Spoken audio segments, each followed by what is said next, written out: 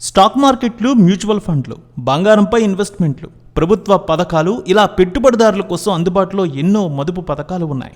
అయితే ఇప్పటికీ బ్యాంకుల్లో ఫిక్స్డ్ డిపాజిట్లు చేసే వారి సంఖ్య క్రమంగా పెరుగుతూనే ఉంది.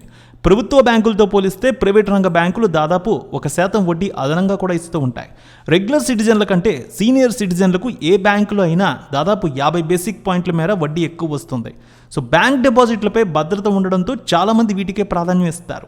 ఇక్కడ రిస్క్ లేకుండా వడ్డీ కూడా వస్తుంది. అందుకే అన్ని వర్గాల వారు బ్యాంకుల్లో డిపాజిట్స్ చేసేందుకు ఆసక్తి చూపిస్తారు.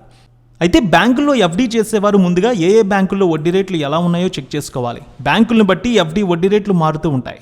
ఇప్పుడు వివిధ ప్రైవేట్, ప్రభుత్వ బ్యాంకులు 1 నుంచి 3 సంవత్సరాల డిపాజిట్లపై వడ్డీ రేట్లు ఎలా ఆఫర్ చేస్తున్నాయో చూద్దాం. ఇక్కడ సాధారణ డిపాజిట్దారులకు వడ్డీ రేట్లు చూద్దాం. సో సీనియర్ సిటిజన్లకు అదనంగా 50 బేసిక్ పాయింట్లు వడ్డీ వస్తుంది ఏ బ్యాంక్లోనైనా, ఇది గమనించండి. ఏడాది డిపాజిట్లపై అత్యధికంగా ప్రైవేట్ రంగ బ్యాంకు ఇండస్ఇండ్ బ్యాంక్ రెగ్యులర్ సిటిజన్లకు 7.75% వడ్డీ ఆఫర్ చేస్తోంది. సీనియర్ సిటిజన్లకు అయితే 8.25% వడ్డీ వస్తుంది. 3 ఏళ్ల డిపాజిట్ వడ్డీ రేటు 7.25%గా ఉంది. ఇక ఆర్బీఎల్ బ్యాంక్లో ఎఫ్డీ వడ్డీ రేటు ఏడాదికి 3 ఏళ్ల డిపాజిట్స్పై 7.50%గా ఉంది. ఇక ఎస్ బ్యాంక్ చూద్దాం. ఎస్ బ్యాంక్, బంధన్ బ్యాంకుల్లో ఈ టెన్యూర్ డిపాజిట్ వడ్డీ రేటు 7.25%గా ఉంది. కొటెక్ మహీంద్రా బ్యాంకులో ఏడాది డిపాజిట్పై 7.10% వస్తుంది. ఒకవేళ 3 ఏళ్ల డిపాజిట్ అయితే 7% వడ్డీ వస్తుంది.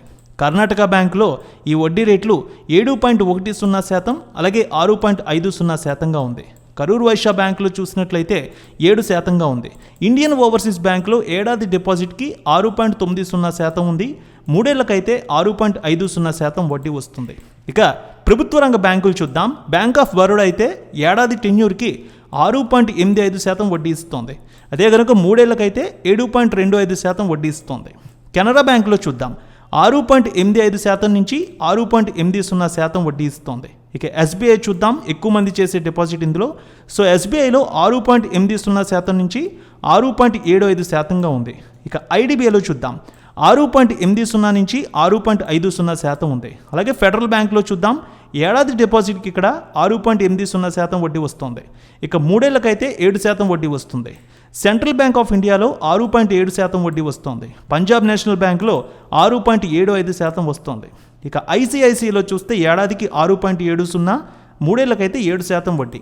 యాక్సిస్ బ్యాంకులో అయితే 6.70 వస్తుంది. హెచ్డిఎఫ్సిలో 6.60, బ్యాంక్ ఆఫ్ ఇండియాలో అయితే 6.50, ఐడిఎఫ్సి ఫస్ట్లో 6.50 నుంచి 7.25% ఉంది. చివరిగా యూకో బ్యాంక్ చూద్దాం. ఇది 6.50 నుంచి 6.30%గా ఉంది.